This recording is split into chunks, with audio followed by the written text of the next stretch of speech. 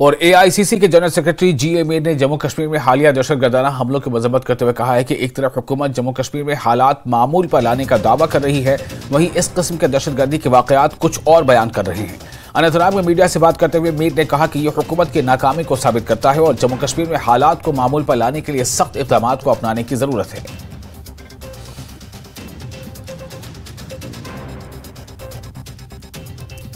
देखिए, सबसे पहले तो हम कंडेम करना चाहते हैं जिस तरह के हादसात ये हुए हैं और जो भी उसमें नुकसान हुआ, हमारे डिफेंस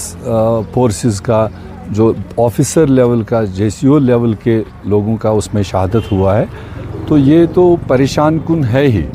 मगर सवाल ये है कि एक तरफ पिछले 4 साल से सेंट्रल गवर्नमेंट, होम मिनिस्ट्री लगातार जम्मू कश्मीर आकर प्रेस कॉन्फ्रेंसेस दे करके एक विश्वास लोगों में पैदा किया था कि अब सिचुएशन नॉर्मल है। हमने फ्लैश आउट किया, पता नहीं कितने आउट बोल दिए, मगर अब रिसेंटली पिछले 2-2.5 महीने से ये जो देख रहे हैं इंसिडेंट, चाहे राजौरी हो, चाहे रियासी हो, कठुआ हो, डोडा हो, तो इससे तो फिर लोगों के रोंगटे खड़े होने लगे कि अगर हमें बताया जा रहा है कि जम्मू कश्मीर महफूज है, जम्मू कश्मीर में हालात बेहतर है, इंटरनल हालात बेहतर है, तो ये कैसे सिचुएशंस हो रहे हैं। अभी कश्मीर में भी कुलगाम में जो एनकाउंटर हुआ है, ये भी एक सवालिया खड़ा करता है। तो ऐसे में आज की सरकार को, आज के एक्सपर्ट्स को जम्मू कश्मीर में हालात बेहतर करने के लिए अपना रोल प्ले करना चाहिए। और